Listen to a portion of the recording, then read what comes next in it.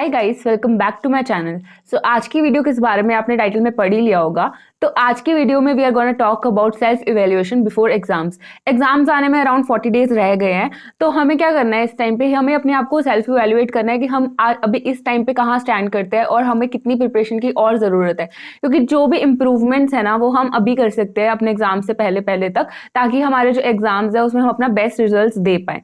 तो आज हम इसी बारे में डिस्कस करेंगे कि इन सेल्फ इवैल्यूएशन में हमें एनालिसिस कैसे करना है, कैसे स्टार्ट करना है, कैसे किस टाइप के पेपर्स करने हैं, वो सब हम आज डिस्कस करेंगे। टाइम इतना कम है कि आपको चैप्टर वाइज टेस्ट देने की कोई जरूरत नहीं है। चैप्टर वाइज मत दो क्योंकि उसमें आपको बहुत टाइम कंज्यूम होगा और जिस भी टीचर के पास आप देने जाओगे तो वहां पे जाना आना, आपको सेल्फ स्टडी का टाइम बहुत कम मिलेगा। तो मैंने क्या किया था, जब मैं अपने एग्जाम्स दे रही थी तो मैंने एक रजिस्टर लगा लिया था अपना, कि जिससे मैं अपना डेली एक पेपर सॉल्व करती थी और जिससे मेरे को पता चल जाता था, जैसे एक दिन एसएफएम का सॉल्व कर लिया, एक दिन एफआर का सॉल्व कर लिया, एक दिन ऑडिट का सॉल्व कर लिया। तो मिनिमम मैंने 2 पेपर्स हर सब्जेक्ट के सॉल्व किए थे और एक पेपर में ऐसा होता था कि पता चल जाता था कि ये मेरे को लैकिंग पॉइंट्स है और अगले पेपर में मैं उसका ध्यान रखती थी।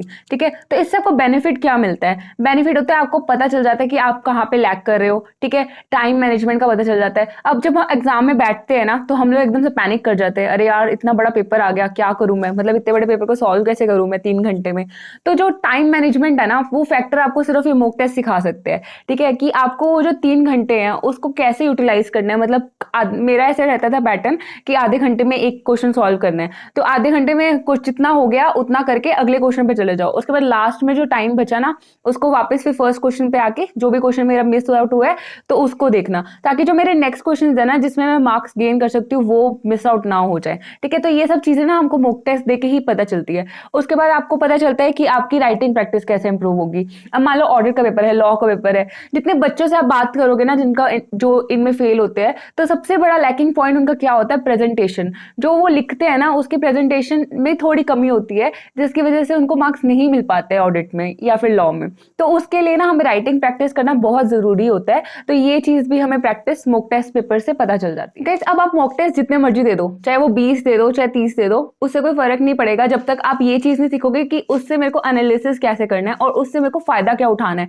मतलब इस सेल्फ इवैल्यूएशन का मेरे को फायदा क्या हो रहा है। तो ये जो कुछ पॉइंटर्स है मैं आपको दूंगी जो आप इंप्लीमेंट कर सकते हो while doing your self evaluation, जिससे आपको बहुत ज्यादा बेनिफिट होगा व्हाइल डूइंग द एनालिसिस। और जब आपके पेपर होंगे तो उस टाइम पे आप इन फैक्टर्स को कंसिडर कर सकते हो। ठीक है, तो सबसे पहला क्या है? सबसे पहला है कि पढ़ाई करनी है मॉक टेस्ट के लिए। ठीक है, स्टडी फॉर मॉक टेस्ट। तो इसमें क्या होगा कि अगर आपने कोई भी पेपर देना है, मान लो आज आपने एसएफएम का पेपर देना है, तो उससे पहले ये ऐसा नहीं है कि बिल्कुल ही रॉ बैठ जाओ, क्योंकि आप पेपर से पहले भी तो एक दिन पढ़ोगे ना। तो मैं आपको ये नहीं बोलूंगी कि आप अपना शेड्यूल खराब करके पूरा दिन एक ही सब्जेक्ट पढ़ो, लेकिन ये है कि उसको 2 घंटे बैठ के पहले फॉर्मूला सारे रिवाइज करो और उसके जितने भी मेन टॉपिक्स आपको लगते हैं वो 2 घंटे बैठ के रिवाइज कर लो और उसके बाद वो पेपर करो, क्योंकि ताकि आपको पता चले कि आपकी तैयारी करने के बाद आपको कितने मार्क्स आते हैं। ठीक है, तो लेकिन ऐसा नहीं करना है कि पूरा एक दिन बैठ के मैंने पूरा एक ही सब्जेक्ट किया, क्योंकि एक दिन में तो पूरी रिवीजन नहीं होगी इस टाइम पे। लेकिन आपकी तैयारी तो हो ही रखी है ना, एक रिवीजन आपने कर ही रखी है, तो उसके बेसिस पे प्लस आपकी जो शॉर्ट रिवीजन होगी ना, जो क्या के फॉर्मूलाज जो भी आपने समरी नोट्स बनाए हैं उसके अकॉर्डिंग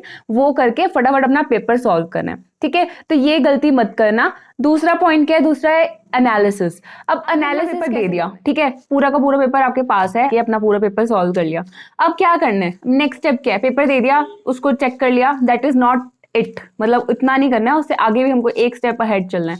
ठीक है, आप कितने भी मॉक टेस्ट सॉल्व कर लो, लेकिन जब तक आप उसका एनालिसिस नहीं करोगे ना। अब मान लो आपके पिछले अटेम्प्ट के पेपर थे, ठीक है, आपने सबसे पहले क्या किया? जब आपका रिजल्ट जिन बच्चों का नेगेटिव आया उन्होंने अपने पेपर्स ऑर्डर किए, ठीक है, उसके पेपर्स को देखा, अपना एनालिसिस किया।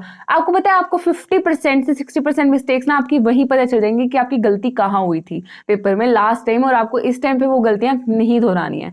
ठीक है, तो इसमें हमें एनालिसिस करना है। तो उस एनालिसिस में हमें क्या क्या चेक करना है? सबसे पहले आपको चेक करना है कि आपकी राइटिंग प्रेजेंटेशन कैसी है। ठीक है, आप जब वो चेक करो ना तो आपको सजेस्टेड आंसर से चेक करना है, क्योंकि जो इंस्टीट्यूट है ना वो भी सजेस्टेड आंसर से ही अपने जो क्वेश्चन पेपर है वो सॉल्व करता है और उसी से चेकिंग होती है। तो उसके बेसिस पे आपको चेक करना है कि आपने जो आंसर लिखा है उसकी प्रेजेंटेशन और जो इंस्टीट्यूट की प्रेजेंटेशन है उसमें क्या डिफरेंस है। ठीक है, उसके बाद जितने भी क्वेश्चंस आप सॉल्व कर पाए, मान लो 6 में से आपने 4 सॉल्व कर लिए, 2 नहीं हो पाए आपसे, तो उसको देखो एक बार, सारे क्वेश्चंस को दोबारा दोबारा से रीड करो, दोबारा से उस क्वेश्चंस को समझो कि क्या क्या मांगा हुआ था, मैंने क्या क्या किया और कौन से क्वेश्चन मुझसे नहीं सॉल्व हुए। जो नहीं सॉल्व हुए ना, और जो आपको थोड़ी गलतियां करी आपने, उसको अपने नोट डाउन करो और उन चैप्टर्स को या फिर जो भी वो क्वेश्चंस थे ना, उनको एक बार, अभी तो आपके पास टाइम है ना, पेपर हो गया, 3 घंटे का पेपर हो गया, अभी आपके पास टाइम है, तो उन क्वेश्चंस को आंसर देखने के बाद या फिर समझने के बाद दोबारा से सॉल्व करो। ठीक है, आपकी आधी रिवीजन तो इसी क्वेश्चन सॉल्व करने में ही हो जाएगी। उसके बाद अपना रिजल्ट देखो कि कितनी मार्किंग आ रही है आपकी।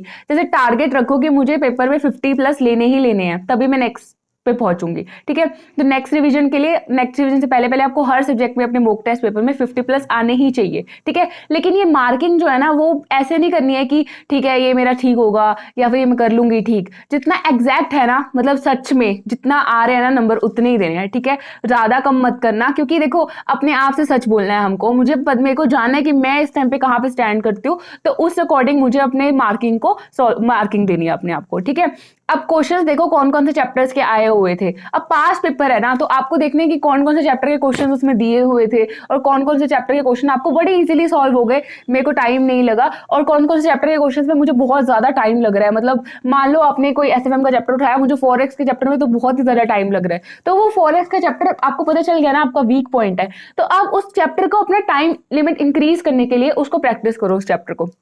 तो ये सब चीजें ना आपको जब आप एनालिसिस करोगे तो आपको समझ आ जाएगी। थर्ड पॉइंट है कि आपने जो मार्किंग दी है ना खुद को, वो थोड़ी बहुत अच्छे से एनालाइज करके देनी है। ठीक है, अगर आप नहीं चेक करना चाहते ना अपना पेपर, तो अपने किसी एल्डर सिस्टर ब्रदर को बोल दो या फिर अपने पेरेंट्स को बोल दो, जो भी आपकी हेल्प कर सके अपने उसका पेपर को मार्क करने में। ठीक है, तो सजेस्टेड में से चेक करके ही मार्क करना है ना, दे कैन डू दैट। तो फिर इससे क्या होगा, आपकी मार्किंग आपको पता चल जाएगी कि कोई और टीचर जब आपका पेपर चेक करता है तो आपको कितने मार्क्स देता है। ठीक है, फोर्थ पॉइंट क्या है, फोर्थ पॉइंट ये है कि जब आप अपने मॉक टेस्ट दे रहे हो ना, तो give them in the same condition as you give the exam. ठीक है, उसको लेट के नहीं देना है या फिर बैठ के या फिर बिल्कुल कैजुअली नहीं देना है, इसको बहुत सीरियसली लेके देना है, ताकि क्योंकि यार ये तुम्हारे एग्जाम की प्रिपरेशन है। मॉक टेस्ट का मतलब क्या होता है, मॉक टेस्ट का मतलब होता है कि आप एग्जाम से पहले एक एग्जाम दे रहे हो कि आपको पता चले कि आपके मार्क्स कितने आएंगे एग्जाम्स में। ठीक है, तो उसके लिए अपना कॉन्फिडेंस डाउन ना होने के लिए आपको इसमें भी अपना बेस्ट देना है, क्योंकि अगर आपके नंबर कम आए ना, इसमें आपका कॉन्फिडेंस बहुत डाउन होगा और वो करना नहीं है, वो गलत हो जाएगा कॉन्फिडेंस डाउन करना, क्योंकि अभी आपके पास टाइम है, 30-40 डेज हैं उसको इंप्रूव करने के लिए। ठीक है, तो इसलिए क्या करना है, सेम कंडीशंस में पेपर देना है, मतलब 2 to 5 या 3 to 6 जो भी टाइमिंग है इंस्टीट्यूट की, उसके अकॉर्डिंग आपको पेपर देना है बैठ के।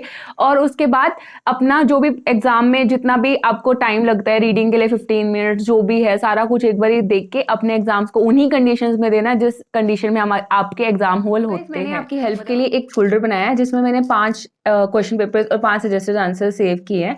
तो हर सब्जेक्ट के सीए फाइनल के तो मैंने वो बनाया हुआ है, तो आप वो लिंक पे जाके वो जो क्वेश्चन पेपर्स हैं उनको डाउनलोड कर सकते हैं और मॉक टेस्ट दे सकते हैं, उसके बाद सजेस्टेड आंसर्स देख के चेक कर सकते हैं। तो मिनिमम 2 पेपर तो कर ही लेना हर सब्जेक्ट के, और मैक्सिमम 3 से 4 कर सकते हो, जिससे आपको बहुत ज़्यादा कॉन्फिडेंस आ जाएगा बिफोर एग्जाम। Thank you.